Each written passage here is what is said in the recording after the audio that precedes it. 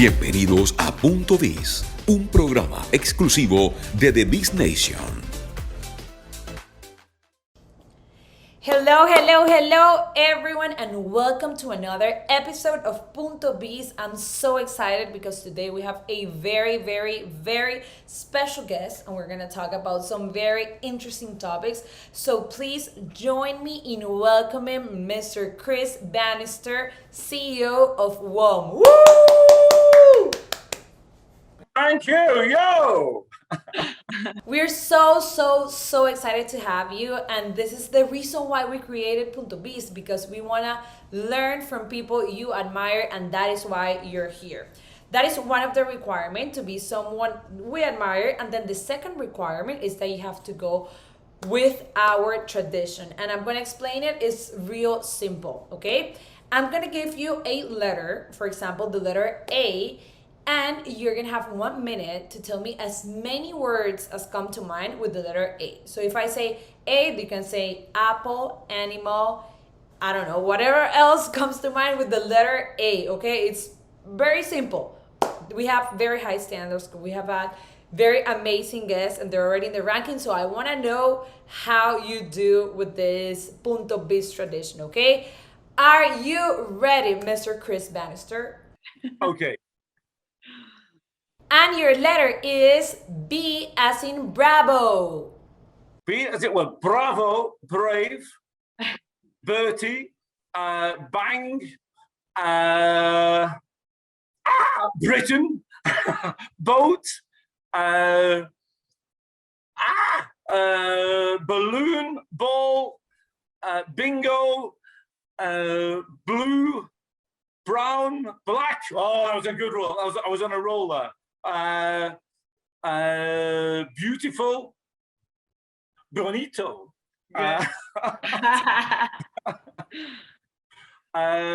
beaver, bear, bull, 50 more seconds. 15 more. Blouse, 5 more seconds. Boots. Time. Okay, time is up, and actually 19 words is pretty good. I'll tell you later where are you in the ranking of the top people of this, but I think you did pretty well. I don't know. Save my ego. So moving on, since you had a very great performance, we can move on to the questions. And I'm very interested in knowing these things because you come to Colombia, a new country, to start something that is big, a huge responsibility as a CEO. And I think the position of leader or CEO means something different to everyone. I want to ask you, what does it truly mean to be a CEO? CEO it's a leader. The CEO sets the culture of the company. And so, that leading and being with the people and directing and coaching is what I believe a CEO's sole responsibility is.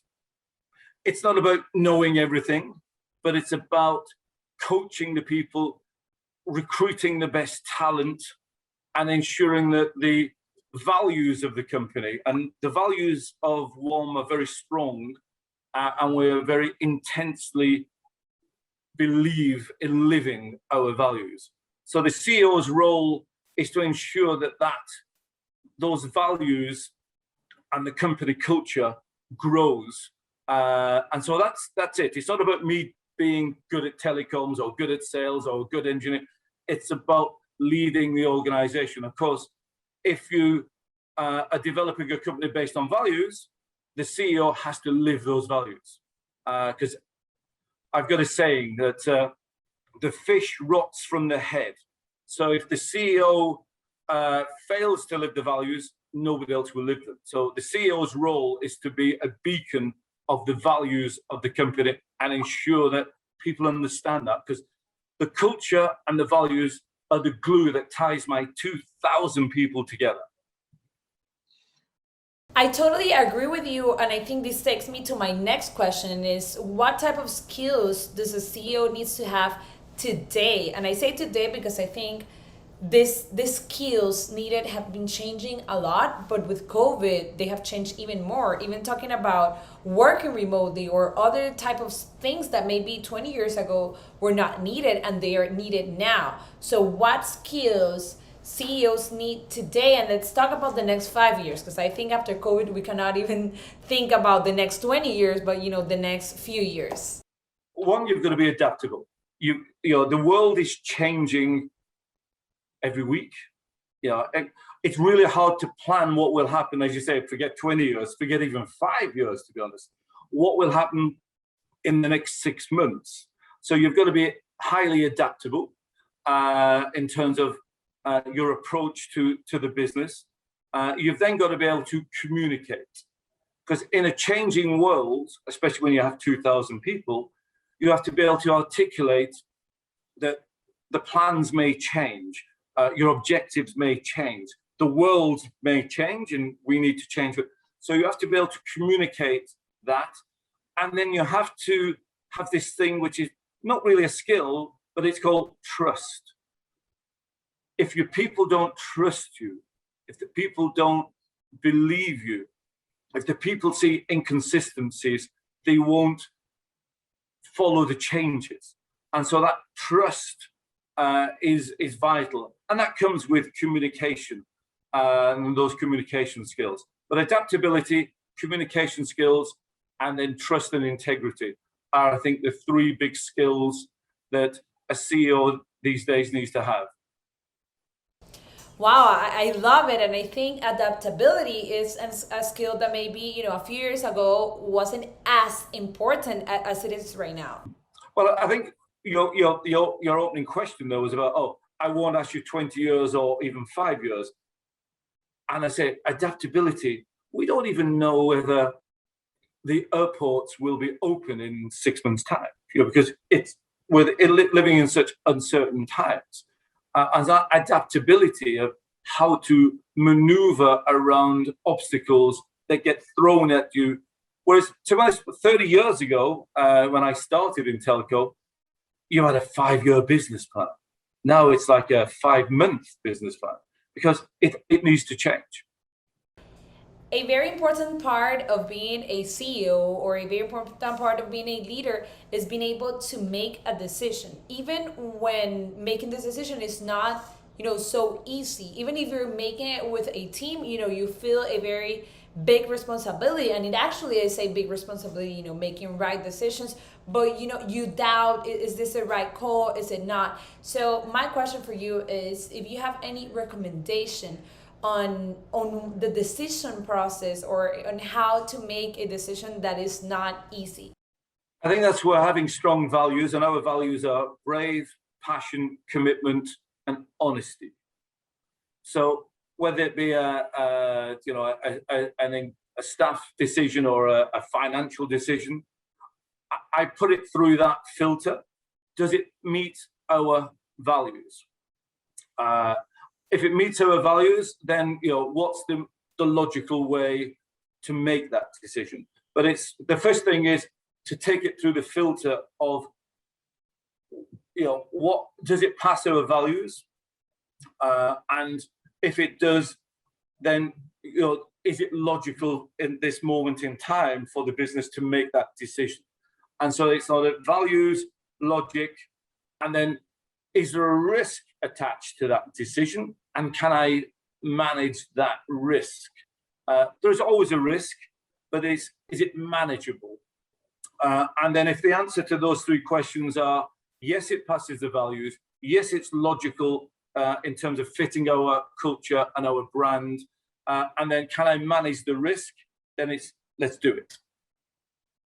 Actually, that's very good advice for me. I'm here, taking my notes, especially the part of, can you manage the risk? Can you manage the risk? Yes or no? Oh my God, I love it. This is like the highlight of the interview so far. Now, moving on to my next question. I want to ask you about the challenges. You know, people see CEOs of, oh, you know, you're the boss, but it's actually a very hard role and it's a lot of responsibility. So I want to ask you about what is the most challenging part of being a CEO? The most challenging part about being of any CEO, whether it be of WOM or anything, it's actually quite a lonely job. Because at the end of the day, you have to make some pretty tough decisions. And as such, you don't involve that many people, that many close people, or that many people emotionally.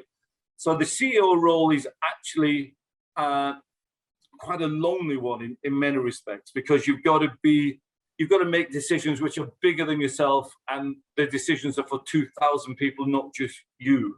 So as such, you can't get too emotionally involved with people. You have to engage people, but not emotionally engage. And therefore, that's one of the tough parts, I think, about being a CEO. I think the other one, I mean, I can't deny, given where we are with COVID, given where we are with the economic challenges that we face, you know, some of the difficult parts is when you see your staff going into hospital.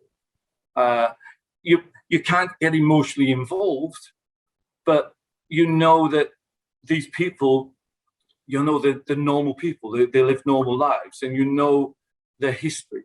And so from that aspect, given where we are with COVID and how much stress that puts on your people, that's difficult as a CEO to know the boundaries of getting involved too much and or stepping aside and being too cold. So that's another one of those decisions that has come up, which we didn't even talk about 12 months ago. But now with COVID, it becomes much more real and much more stressful to deal with seeing people hurt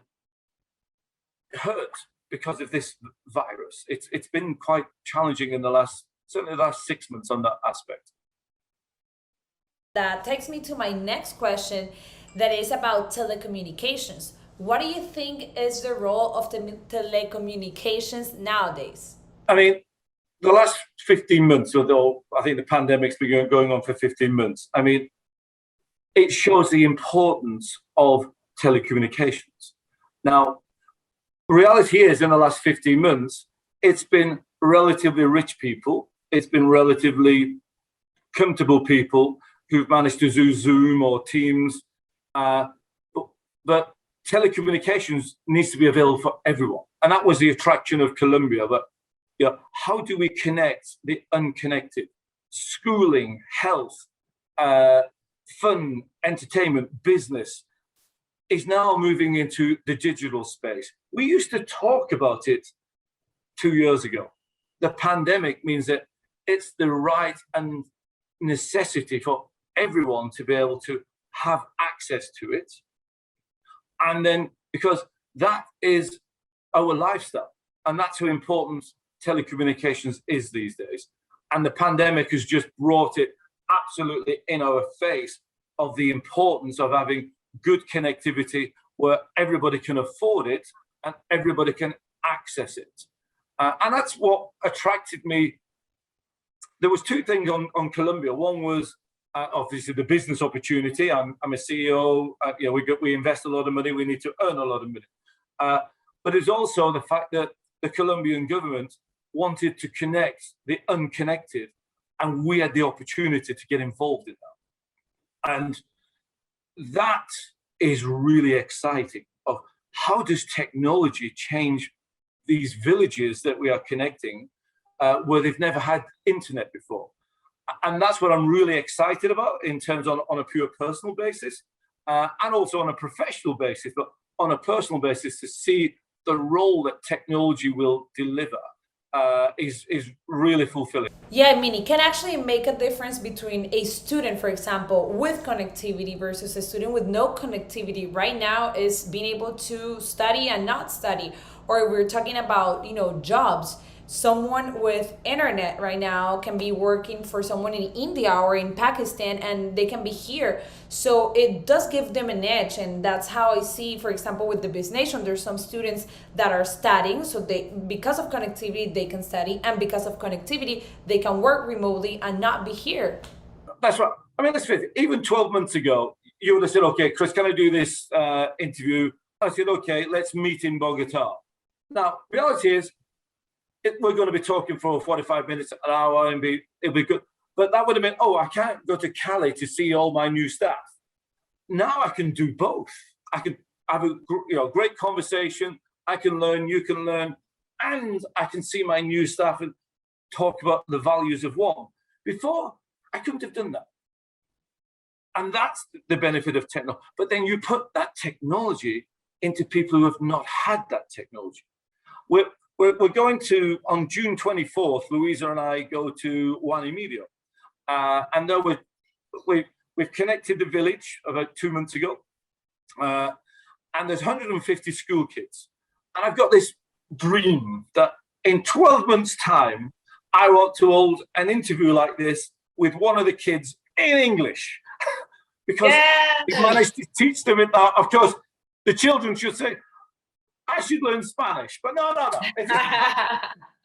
But if we can do that, and that's what technology helps to bring, you can have English lessons or Spanish lessons for me, wherever you are, whichever part of the community you are. That's the strength and power of technology that everybody should have access to. And that was one of the exciting parts for me personally to get involved in Colombia and this particular project. Well, yeah, I totally agree with you, and I think it actually does make a difference. I heard the other day that having connectivity or access to internet, at some point, it was gonna end up being a right, and I'm glad that a company like WOM is helping achieve this goal. And my last question now, moving on to the very last question, and this is something that is very special to me, and we're happy to be able to partner with WOM in order to help their social responsibility. And this is something that I think every CEO today needs to have, under the priorities. So I want to know what is your opinion in a social responsible company and the role of a CEO with the corporate social responsibility. Let me tell you how we went through our process for what we wanted to get involved in with CSO. First of all, we discussed it at the management team, should we do social responsibility? And the answer was undoubtedly, yes, we need to get involved and we need to give back to the community. Then we turn around and say, well, that in our minds should fit, one, it should fit what we, the 2000 WOMers, want to get involved in. It should be something that we are proud to be part of. It should be something that we want to give a bit of our time or a bit of our money. And I don't mean WOM's money, I mean Chris Bannister's money or my staff's money and our time. So they need to want to get involved in it. And then it should be something which there is a need in the country that we're involved in.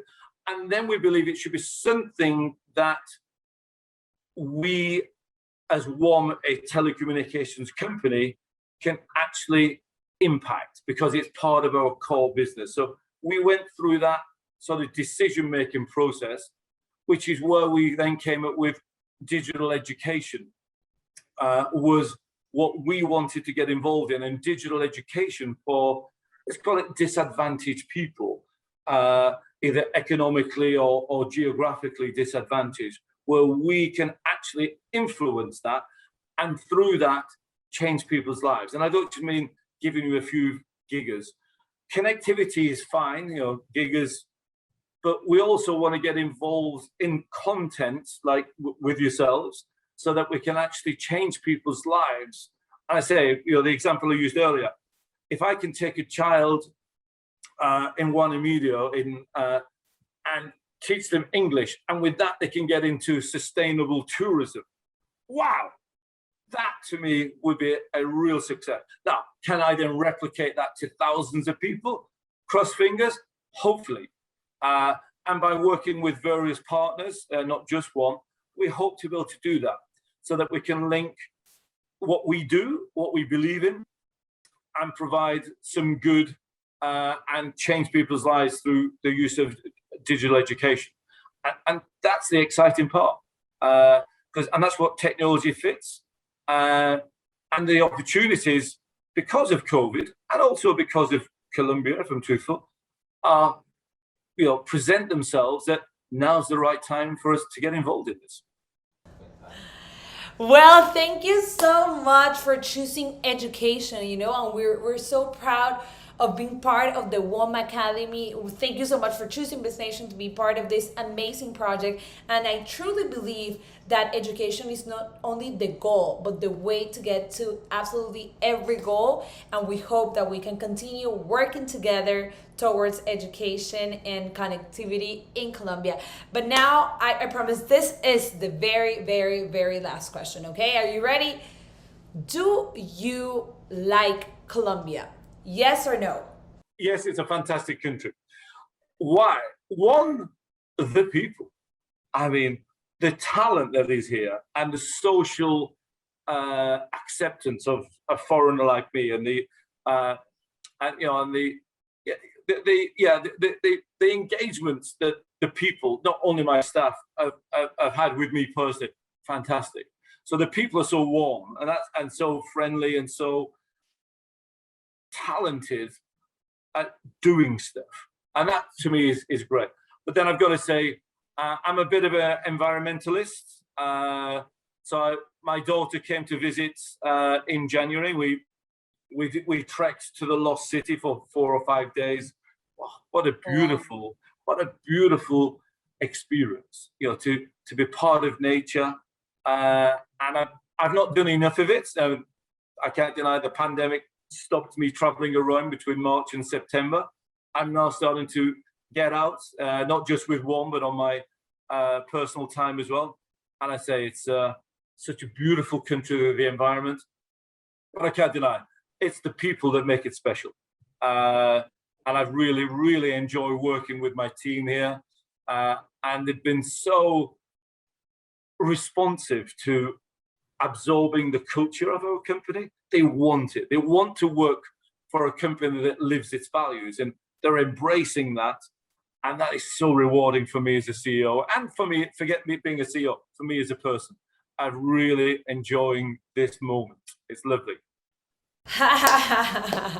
Well, I'm glad that you're enjoying Colombia, as much as we love it. And we hope we can host you here in Cartagena. I actually went to the WOM store the other day. It's very beautiful. So we hope we can have you here with us and you can meet our team in Cartagena. Right, I look forward to seeing you soon. Okay, take care, everyone. Thank you so much, Chris. And we will be at another episode of Punto Biz. So please stay connected with us.